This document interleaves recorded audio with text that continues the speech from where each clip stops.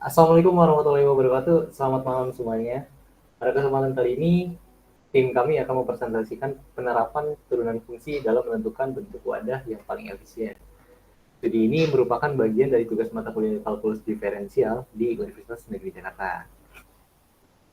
Sebelumnya, perkenalkan, saya Arfianda Rediansyah, selaku member tim 5 dan saya sebagai moderator di sini. Kemudian ada Muhammad Nazif, rekan saya, dan juga Wisnu Jaya Utomo, dan yang terakhir ada Andika Randy Firsta.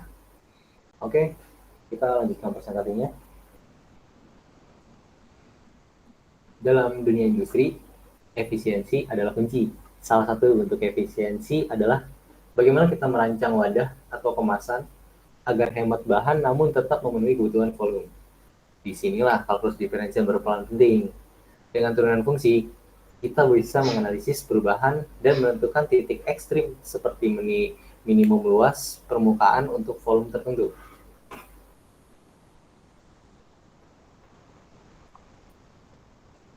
Oke, dari latar belakang tersebut, kami merumuskan 3 pertanyaan utama. Itu yang pertama, apa sebenarnya pengertian turunan fungsi? Yang kedua, bagaimana turunan digunakan untuk menentukan bentuk wadah paling efisien? Dan yang ketiga, bagaimana langkah-langkah menentukan wadah agar volume maksimum dan luas minimumnya. Oke, selanjutnya akan disampaikan oleh rekan saya. Lalu saya akan membahas tujuannya. Yang pertama, menjelaskan konsep turunan fungsi secara sederhana. Lalu yang kedua, menunjukkan cara penerapan turunan dalam menentukan bentuk wadah paling efisien. Dan yang ketiga, memberikan contoh perhitungan nyata menggunakan turunan fungsi. Selanjutnya saya akan membahas pengertian turunan fungsi. Turunan fungsi digunakan untuk mengetahui laju perubahan suatu fungsi terhadap variabelnya. Lalu, turunan membantu menentukan titik ekstrim seperti maksimum dan minimum yang berguna dalam optimasi bentuk wadah, biaya, dan efisiensi produksi. Ya, mungkin boleh dilanjutkan ke rekan saya yang lainnya. Oke, untuk yang selanjutnya itu kita akan masuk ke permasalahan nyata atau tujuan dari diadakannya sebuah penelitian atau penelitian ini. Ada sebuah perusahaan ingin membuat kaleng berbentuk tabung dengan volume 1 liter atau 1000 cm3. Nah, tujuan dari pembuatan kaleng berbentuk 1 liter ini, kaleng berbentuk tabung dengan volume 1 liter ini adalah untuk menentukan jari-jari atau R dan tinggi atau H agar luas permukaan tabung itu bisa dibuat seminimal mungkin. Nah, yang pertama itu diketahui volume tabungnya dulu atau bisa kita bilang V. Dengan rumus Pi R kuadrat dikali H, yaitu sama dengan 1000.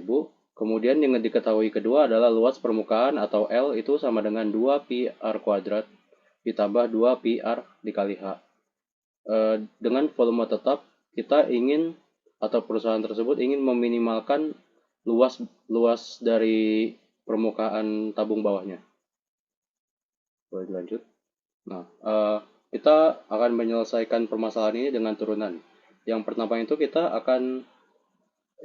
diketahui dari V atau volume tabungnya, yaitu Pi R kuadrat dikali H, di mana H itu sama dengan 1000 per Pi R kuadrat. Kemudian dari situ kita akan substitusikan ke L atau luas permukaan. Nah, L itu sama dengan 2 Pi R kuadrat ditambah 2000 per R atau jari-jari. Kemudian langkah yang ketiga itu akan kita turunkan terhadap R, yaitu untuk awalannya kita akan ganti dengan dl per dr, yaitu dl per dr sama dengan 4 Pi R dikurang 2000 per R kuadrat.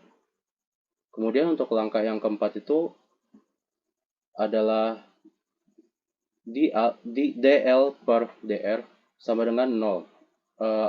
Kita lanjutkan, 4 PR pangkat 3 sama dengan 2000. Kemudian R pangkat 3 itu sama dengan 500 per Pi.